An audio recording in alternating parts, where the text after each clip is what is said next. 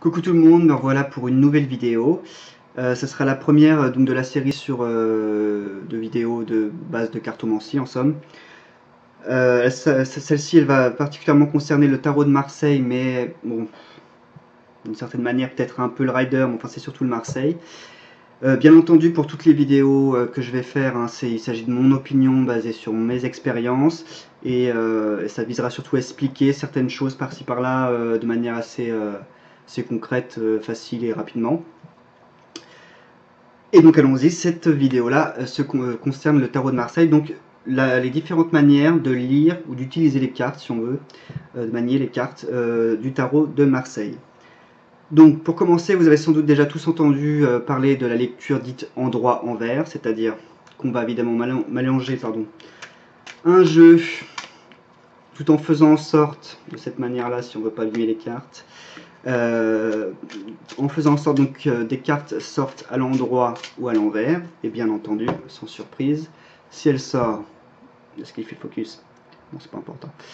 Si elle sort évidemment à l'endroit, on va lire sa signification à l'endroit, et si elle sort à l'envers, c'est QFD, on va lire sa signification à l'envers. Donc, ça fonctionne pour la majorité des cartes, mais pas toutes. Si vous n'avez pas de tarot de Marseille, de type Paul Marteau par exemple, si justement le Paul Marteau a un crédit, c'est-à-dire que vous avez souvent en bas à droite, vous avez le crédit qui vous permet de facto de savoir si la carte est à l'endroit ou est à l'envers.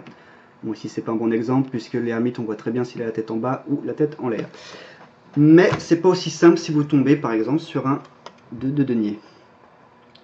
Est-ce qu'il n'est toujours pas de focus?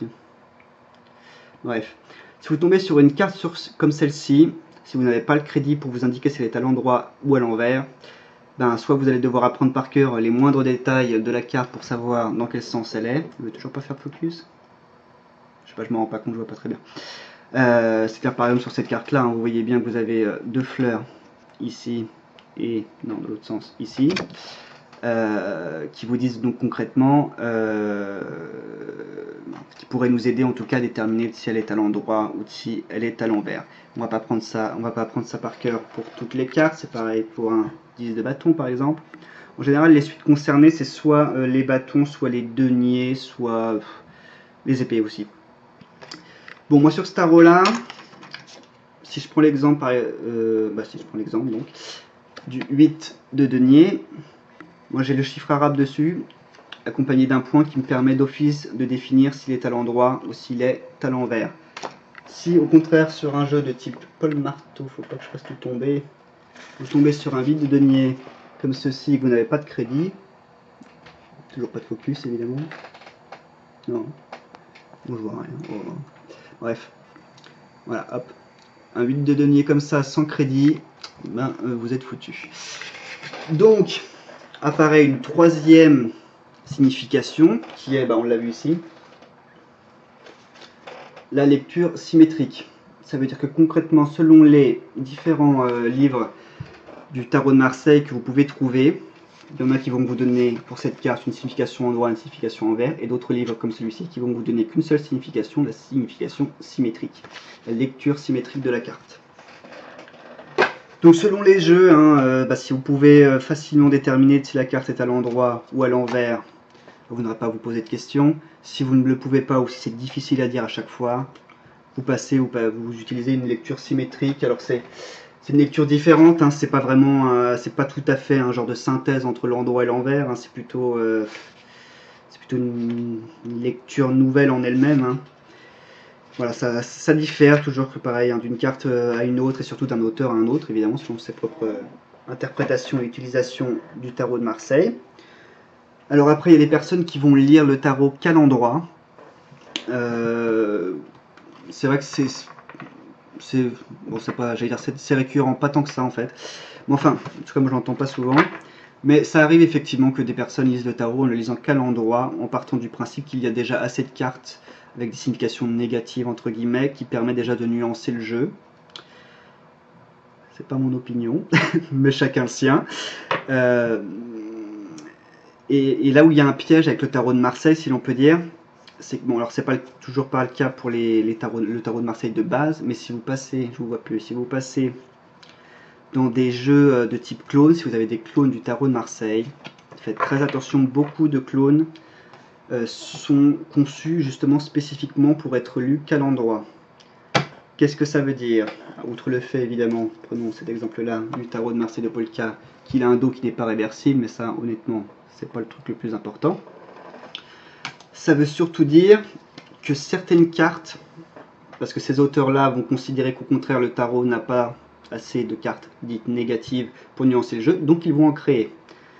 Un exemple concret sur un tarot de Marseille basique, ici on a un cavalier, toujours pas de focus, faut que j'apprenne à la manier, hein.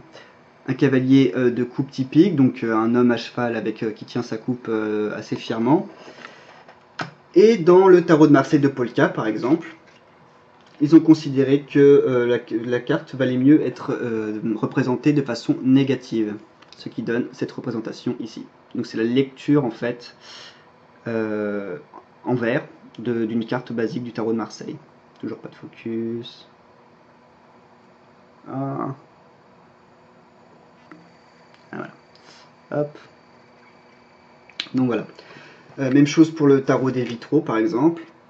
Donc ici on avait un cavalier qui a été visiblement désarçonné, le cheval s'en va au galop, la coupe est à terre. Ici vous avez un cavalier qui a l'air bourré, qui tient sa coupe plus ou moins d'une main, qui se fait entraîner par le cheval parce qu'il est toujours relié par les rênes à lui, et le cheval qui se fait aussi la malle. Un autre exemple concret aussi avec la reine d'épée. C'est pas vrai, hein. Voilà. Reine d'épée, donc assis fièrement sur son trône, enfin fièrement, sur son trône, avec l'épée levée. Évidemment, c'est l'interprétation inversée de cette carte qui a été retenue pour le tarot de Polka, et vous avez une reine décapitée. Et ici, sur le tarot des vitraux, vous avez une reine qui décapite quelqu'un. Hop. Voilà. Donc ça, c'est les différentes manières d'utiliser les cartes par rapport à l'endroit en vert et les symétriques, concrètement. Ensuite, par rapport au truncage du jeu. Truncage du jeu, qu'est-ce que j'entends par là? C'est retirer, enfin, utiliser le jeu en entier ou n'en utiliser qu'une partie. Évidemment, vous connaissez tous aussi cette technique qui consiste à n'utiliser que les arcanes majeures, c'est-à-dire 22 cartes au lieu de 78. Donc là aussi, vous comprendrez que c'est pas trop... En jugeant que c'est suffisant. À mes yeux, ça ne l'est pas, mais encore une fois, chacun son opinion. Certains aussi vont utiliser donc une technique, c'est-à-dire qu'ils vont utiliser que les arcanes majeures et les as, par exemple. Ou bien les as plus les têtes de cour, les cartes d'honneur. Bon, pourquoi pas. Là aussi, c'est quand même un peu dommage de passer 78 à si peu de cartes. Ou bien évidemment l'entièreté du tarot, ce qui est le plus classique. Ou bien encore de tronquer le tarot selon le thème du tirage. C'est-à-dire par exemple si je veux faire un tirage quelque chose de typique amoureux, je vais utiliser les arcanes majeures et je vais utiliser que la suite de coupe. C'est-à-dire que tous mes autres suites je les vire et je garde que celle-là. Donc concrètement, je sais d'avance que des cartes des arcanes majeures, pardon, et la suite de coupe va sortir dans mon tirage, ce qui permet de le préciser. Alors c'est un truc qu'on conseille aussi souvent quand vous débutez, effectivement c'est plus facile. Mais là encore, bon, on passe quand même à côté de quelque chose. Il faut vraiment vouloir une réponse immédiate et bien concrète sur le thème donné pour tronquer le tarot. Je trouve ça un peu dommage. Mais de toute façon, cette vidéo, je donne mon opinion parce que je peux pas m'en empêcher, mais cette vidéo ne vise pas à exposer mes opinions, mais plutôt à vous dire tout simplement les différentes manières de faire qui existent, que vous pouvez rencontrer dans les livres, et parfois c'est perturbant. Moi j'ai été un peu paumé au début avec cette histoire de symétrique. J'achète un bouquin, on parle de symétrique, qu'est-ce que c'est que ça? Donc voilà, c'est des questions qu'on peut se poser. J'espère que ça vous a aidé à y voir clair ou vous a donné des idées pour utiliser le tarot différemment éventuellement. Et cette vidéo est donc déjà terminée.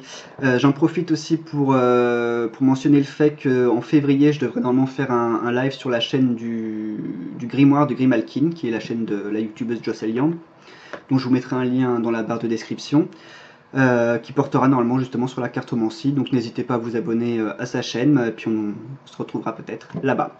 Voilà, je vous dis à bientôt dans une prochaine vidéo. Bye!